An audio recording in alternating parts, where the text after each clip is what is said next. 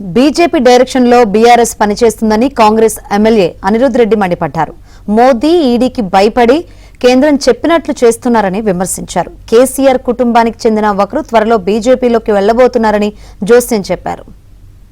MP elections అప్పుడు ఈ BRS వాళ్ళందరూ బీజేపీకి సపోర్ట్ చేస్తారు కాబట్టి బీఆర్ఎస్ నాయకులందరూ ఆల్రెడీ వాళ్ళ కవితమ్మ వెళ్ళిపోయింది, వాళ్ళ కుటుంబం ఇంకొక ఆయన కూడా బీజేపీకి వెళ్ళిపోతారని చెప్పేసి చాలా మంది మాట్లాడుకుంటున్నారు.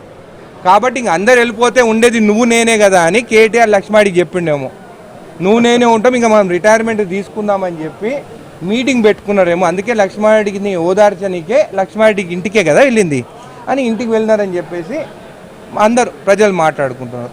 అనేది కేటీఆర్కే తెలుసు. ఆ భయానికి అన్ని మీటింగ్లు పెట్టి అందరు కాళ్ళు పట్టుకొని ఎవరిని పోనీయకుండా ఆపమని చెప్పి చెప్తుండేమో. అది వాళ్ళ పార్టీ విషయాలు. వచ్చేసారికి కూడా వాళ్ళు రాలేరు కాబట్టి వాళ్ళ పైన నమ్మకం పోయిందని చెప్పేసి కాబట్టి వాళ్ళు ఏమన్నా బీజేపీ వైపు వాళ్ళ కుటుంబ సభ్యులు ఏమన్నా పోతుండేమో అని నాకు కూడా డౌటు. వాళ్ళు బీజేపీతో భయంతో ఉన్నారు, ఎందుకంటే వాళ్ళు చేసిన అవినీతి అన్నీ మోడీ ఏమైనా ఈడీ కేసులు పెడతారా అని చెప్పేసి వాళ్ళు చెప్పినట్టు వీళ్ళు వింటున్నారు, వాళ్ళు చెప్పినట్టు వీళ్ళు స్టేట్మెంట్ ఇస్తున్నారు బీజేపీ స్ట్రాంగ్ అని చెప్పి. అది వాళ్ళిద్దరు ఒకటే పార్టీ. రేపు పొత్తు బీఆర్ఎస్, బీజేపీ ఇంకా జనసేన, ఆ ముగ్గురు పొత్తుతోని వాళ్ళు వస్తారు.